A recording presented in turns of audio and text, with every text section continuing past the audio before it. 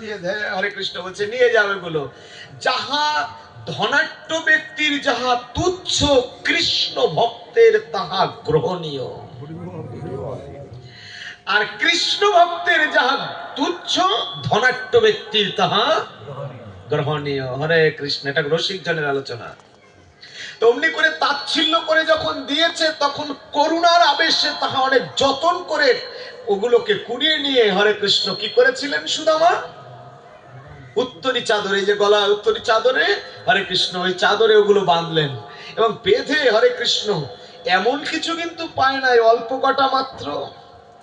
তা বেঁধে এবার কি করেছে, চাদরের সামনেই কিন্তু ঝুলতে পারতো, কিন্তু তা না করে সুদামা যেন অনেক পেয়েছে এমনটি ভাব করে হরে কৃষ্ণ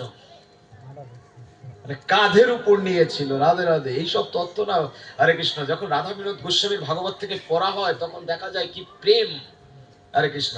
তো যখন ওই সুদামা বিপ্র এই গ্রন্থি দেওয়া তুচ্ছ বস্তুকে গ্রন্থি দিয়ে এবার মনে মনে চিন্তা করেছে স্ত্রী দর্শন করতে আর যাবো কিনা, এই পথেই সোজা চলে যাই।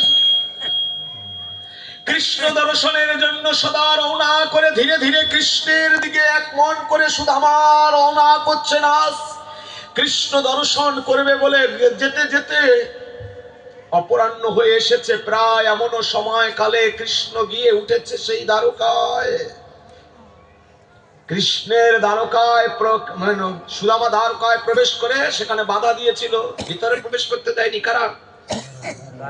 দারোয়ান দাঁড়ি। দাঁড়িকে বলছে হে দাঁড়ি, আমি কৃষ্ণ দর্শন করতে কি পারি? বলছে তুমি কে? বলছে আমি তো তোমাদের ওই কৃষ্ণের বন্ধু। বলছে হ্যাঁ বলি হরি, গেট আপ দেখলেই বুঝতে পারি।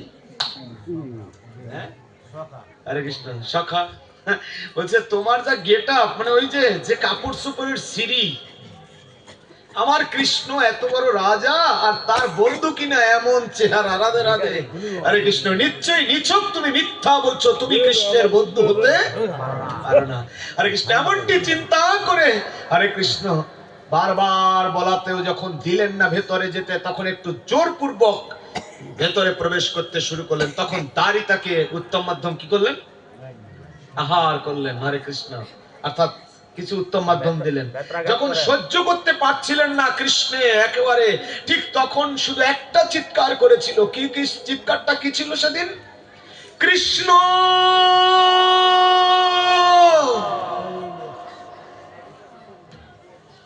একটি মাত্র শব্দ যখন কৃষ্ণের কানে গেল, কৃষ্ণ সিংহাসন ছেড়ে ধীরে ধীরে এসে দেখতে পেল কে আমায় ডাকছে।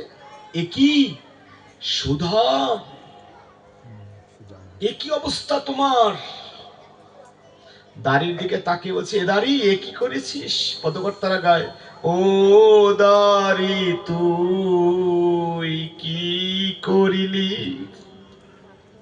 ও তুই আমার ভক্ত অঙ্গে আঘাত করিলি, দাড়ি রে তুই কি করিলি? হরে কৃষ্ণ। সুধীজন এই লাইনটা দুইটা ব্যাখ্যা করেছে।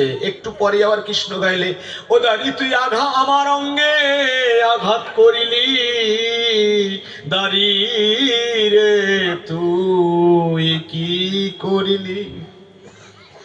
কৃষ্ণ সুদামাকে ভেতরে প্রবেশ করিয়ে নিয়ে গেল। কৃষ্ণকে এমনি করে তুলে, সুদামাকে এমনি করে হাতের মধ্যে কলজামা দিয়ে ভিতরে নিয়ে যখন যায়, উপযুক্ত আসনে বসতে দিয়েছে সুদামাকে।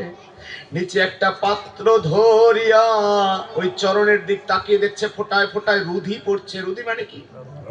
রক্ত পড়ছে। চরণখানি ধরে বলছে কি তোমার চরণ তো ফেটে গেছে।